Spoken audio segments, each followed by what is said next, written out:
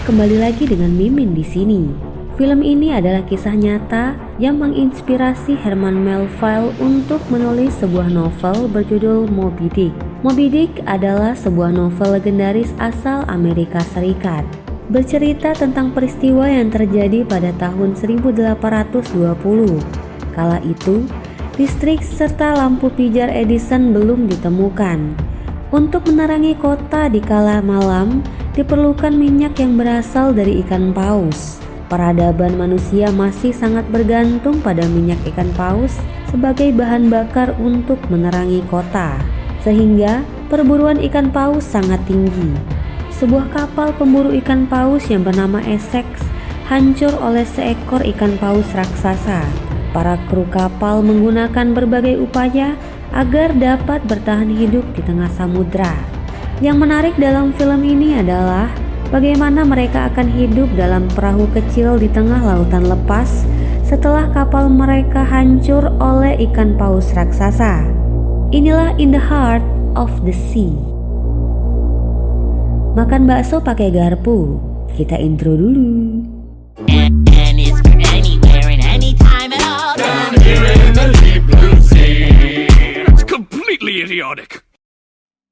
Suatu malam di Pulau Nantucket di Massachusetts, negara bagian Amerika Serikat, seorang penulis bernama Herman Melville merasa penasaran dengan tragedi karamnya sebuah kapal pemburu ikan paus yang bernama Essex. Dia ingin menulis kisah Essex menjadi sebuah novel. Ya, novel Moby Dick yang melegenda hingga saat ini. Sudah pada tahu belum novel Moby Dick? Kamu mesti baca deh. Lanjut. Melville menemui seorang lelaki tua yang dimana dia merupakan satu-satunya awak kapal yang masih hidup. Lelaki tua itu bernama Thomas Nickerson. Melville menawarkan sewa inap 3 bulan untuk percakapan 1 malam dengan Nick tentang tragedi kapal Essex. Tragedi karamnya kapal Essex adalah pengalaman yang sangat kelam bagi Nickerson. Dia menolak tawaran Melville. Nick tidak mau menceritakan kisah suram itu pada siapapun, bahkan kepada istrinya. Melville merasa kecewa dan langsung ingin pulang. Namun, istri Nick membujuk Melville. Dia juga membujuk suaminya agar mau menceritakan kisah itu pada Melville karena kondisi keuangan mereka sedang memburuk saat itu. Akhirnya, Nickerson mau menerima tawaran Melville untuk menceritakan kisah kapal Essex yang dia pendam selama ini. Namun, Nick mengatakan hanya akan menceritakan yang diperlukan saja. Cerita pun dimulai. Kapal Essex bercerita tentang 2 orang, Kapten George Pollard dan Owen Chase sebagai first mate atau kelasi pertama di kapal itu. Kedua orang ini memiliki latar belakang dan tujuan yang berbeda, di mana Owen berasal dari keluarga imigran yang tidak diakui dalam masyarakat dan bertekad menjadi kapten kapal untuk mengangkat strata keluarganya ke kasta yang lebih baik di masyarakat. Sedangkan George Pollard merupakan seorang pribumi, berasal dari keluarga penangkap paus yang terpandang dan mempunyai martabat di masyarakat. George bertekad untuk menjaga nama baik serta kehormatan keluarganya dan bisa diakui oleh keluarganya sendiri. Suatu hari, Owen Chase menemui Mr. Mason, seorang pengusaha industri minyak paus. Mr. Mason dan rekannya Benjamin Fuller telah menyiapkan kapal Essex untuk berburu minyak paus. Mr. Mason sebelumnya telah menjanjikan Owen menjadi kapten kapal jika Owen mampu membawa pulang 1.500 barrel minyak paus. Setelah Owen berhasil, Mr. Mason menunda janjinya karena rekannya Benjamin Fuller akan menjadikan anaknya George Pollard yang memimpin kapal itu. Owen sangat kecewa akan hal itu. Mr. Mason menawarkan upah yang besar kepada Owen dan akan menjadikan Owen sebagai kapten jika mampu membawa 2.000 barrel minyak paus. Akhirnya, Owen menerima tawaran itu dan meminta agar Mr. Mason membuat janjinya secara tertulis. Owen Chase mempersiapkan diri untuk berlayar memburu paus. Dia harus meninggalkan istrinya yang sedang mengandung. Saat itu, Berburu minyak paus memerlukan waktu yang cukup lama, bahkan sampai 3 tahun. Owen sangat bertekad menjadi seorang kapten dan berjanji akan segera kembali kepada istrinya. Promise. Kapal Essex pun berangkat dengan Nickerson menjadi awak yang paling muda. Nick berusia 14 tahun saat itu, dan itu pengalaman pertamanya berlayar di lautan. Sesuai perintah Kapten Pollard, layar kapal dibentangkan dan memulai perjalanan. Malam harinya, saat makan malam, Kapten Pollard dengan sengaja menyinggung Kelasi pertamanya. Dia mengungkit bahwa Owen Chase adalah seorang yatim piatu karena ayahnya masuk penjara. Owen merasa tidak senang. Dia meninggalkan makan malamnya dan pergi membagi tugas para awak kapal. Saat itu, Nick merasa mual karena tidak terbiasa dengan lautan. Owen mengajaknya ke dek dan bercanda dengan menggantungnya di depan kapal yang melaju. Nickerson semakin mual lalu muntah. Siang harinya, Kapten Pollard memerintahkan Owen Chase agar membuka layar tambahan dan melaju dengan kecepatan tinggi. Ini adalah kali pertama bagi George Pollard sebagai kapten. Tentu saja dia belum berpengalaman. Owen Chase memperingatkan bahwa tindakan itu tidak bijak karena badai akan segera datang. Kapten Pollard bersikeras sehingga Owen Chase menuruti perintah kaptennya itu. Benar saja, badai pun menghantam kapal mereka. Di tengah badai, kapal mereka terombang-ambing dan hampir tenggelam diterjang ombak yang begitu besar. Kapten Pollard memerintahkan agar layar diturunkan kembali.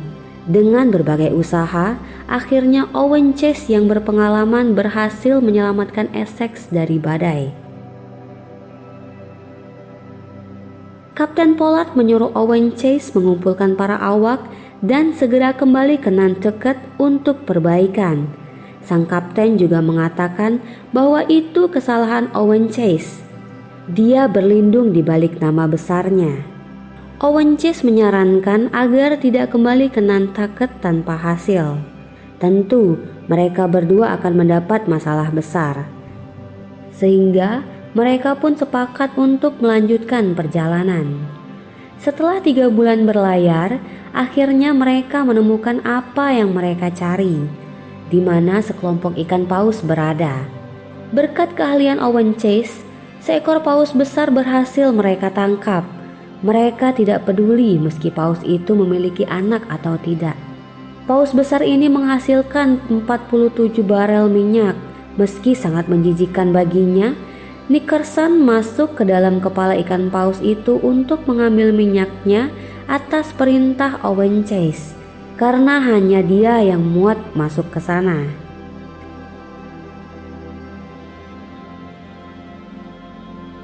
Setelah hampir setahun berlayar, watak sang kapten dan Kelasi pertama menjadi lebih keras.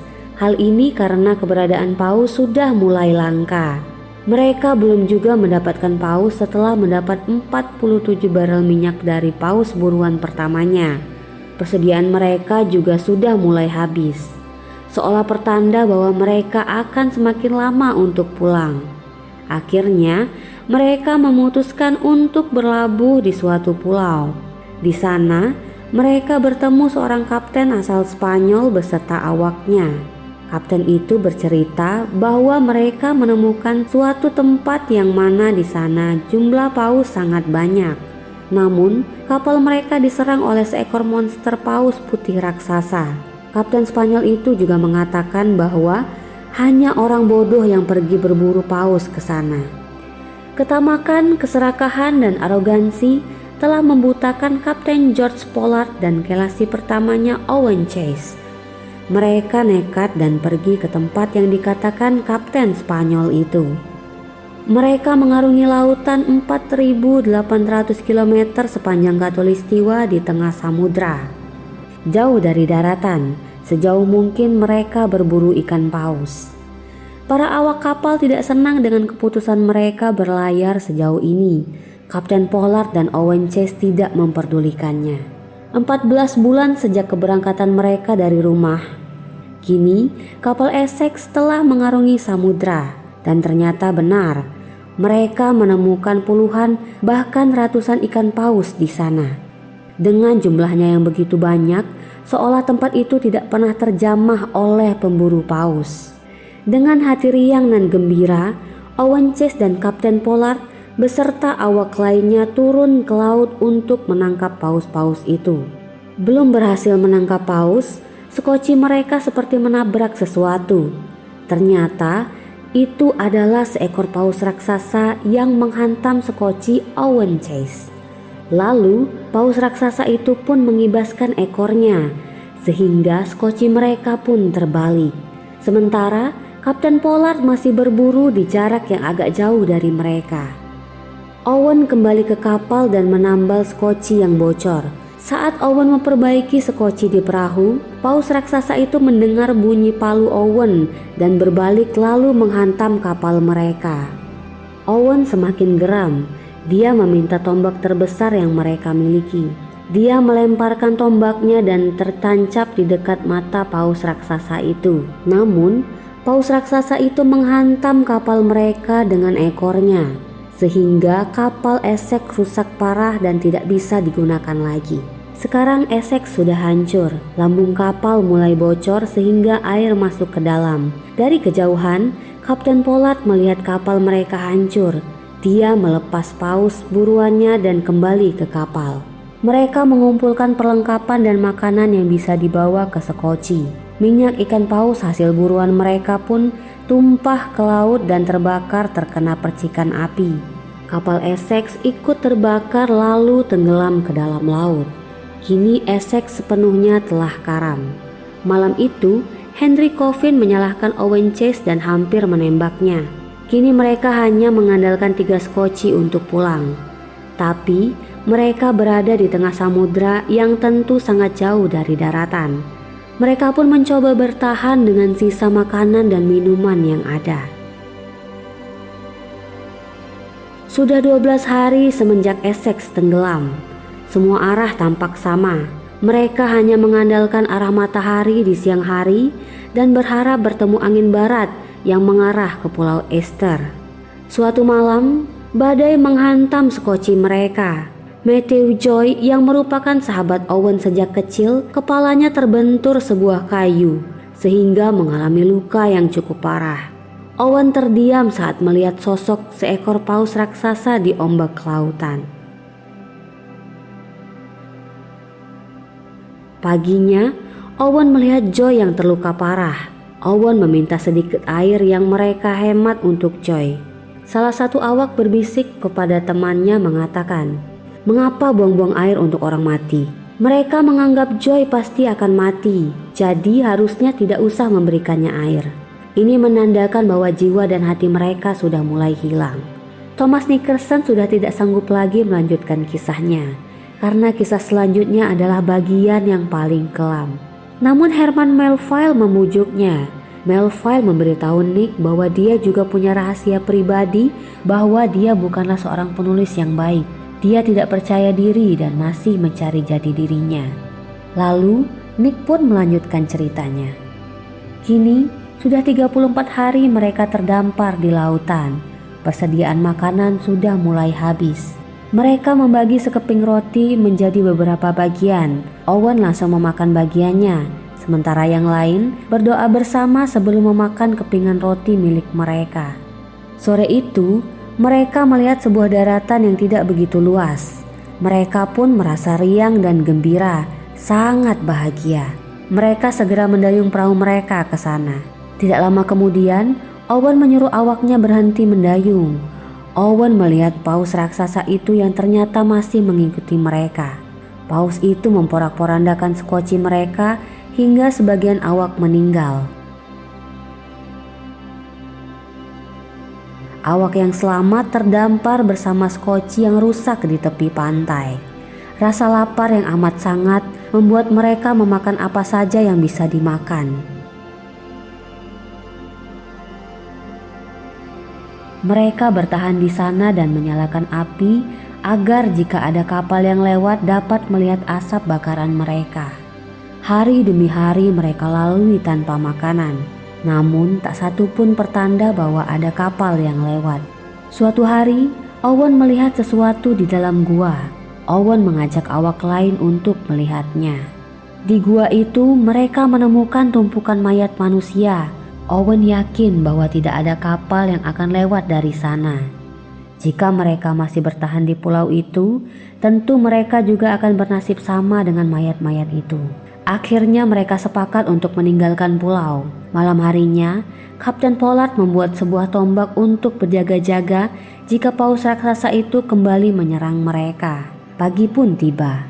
Owen mengajak awak untuk pergi setelah skoci mereka diperbaiki. Namun, sebagian awak memilih untuk tetap tinggal di pulau itu. Joe yang sakit juga memilih tinggal.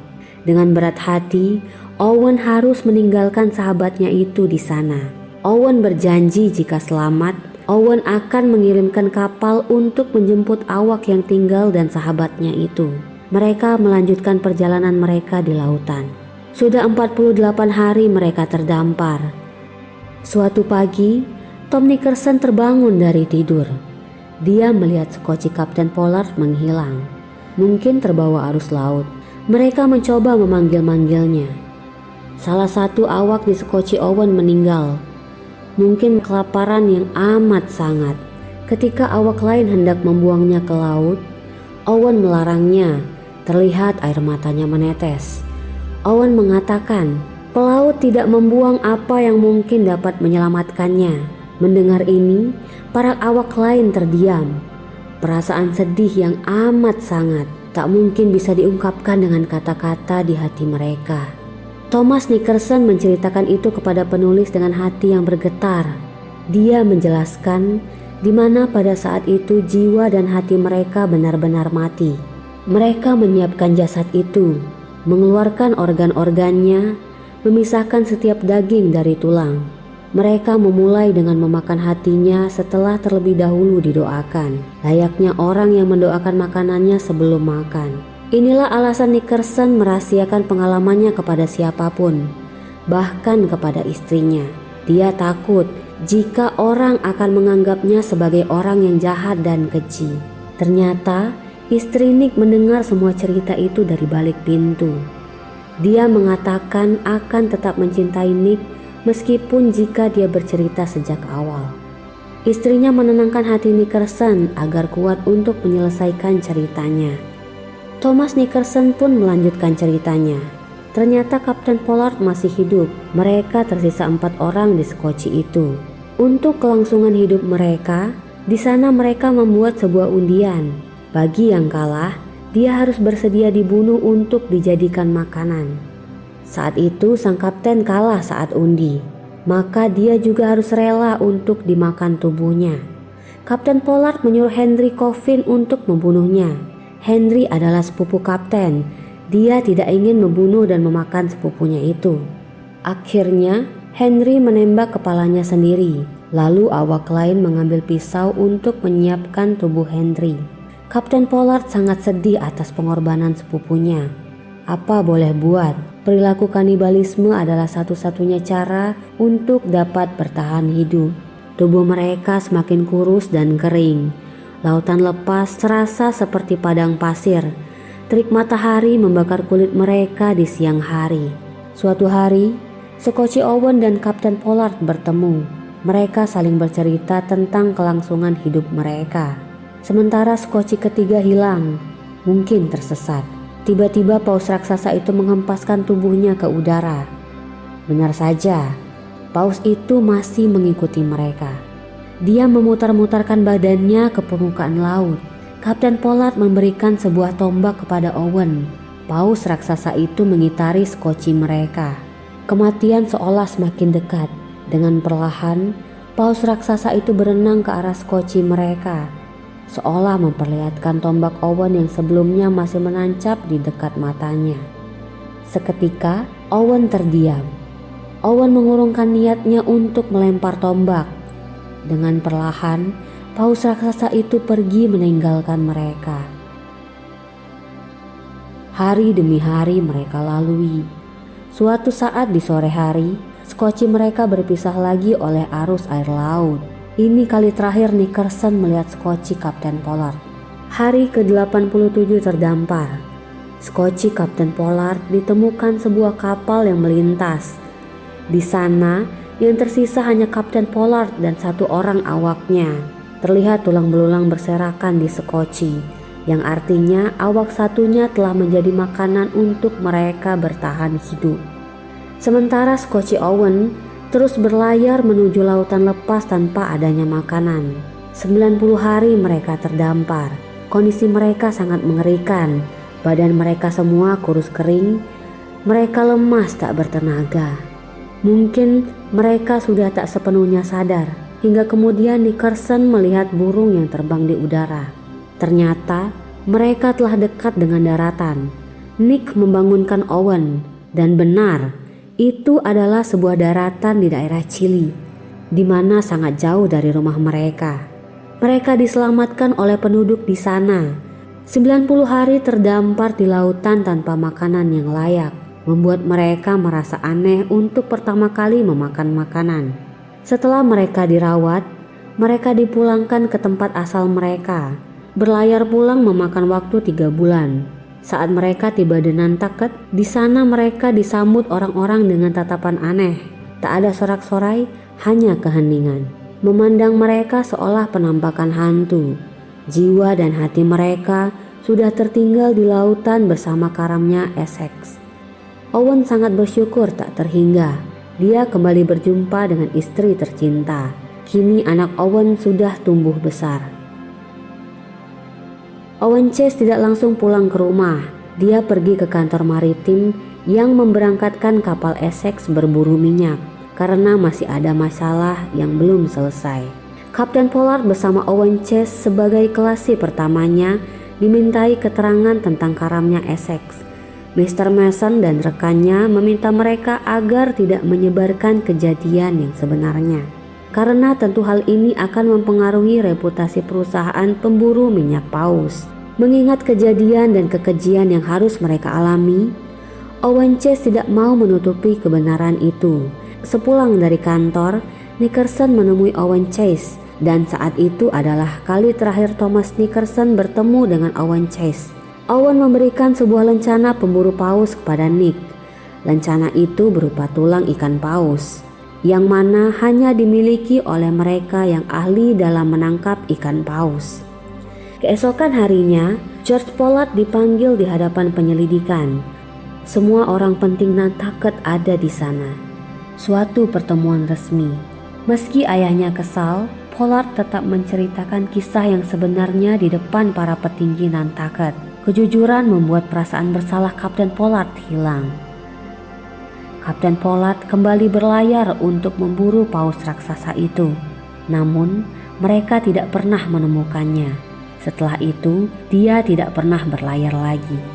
Sementara Owen Chase, dia seorang pria yang memenuhi janjinya. Dia mengirim perahu ke Pulau Dusia untuk menjemput temannya Matthew Joy dan awak kapal lainnya.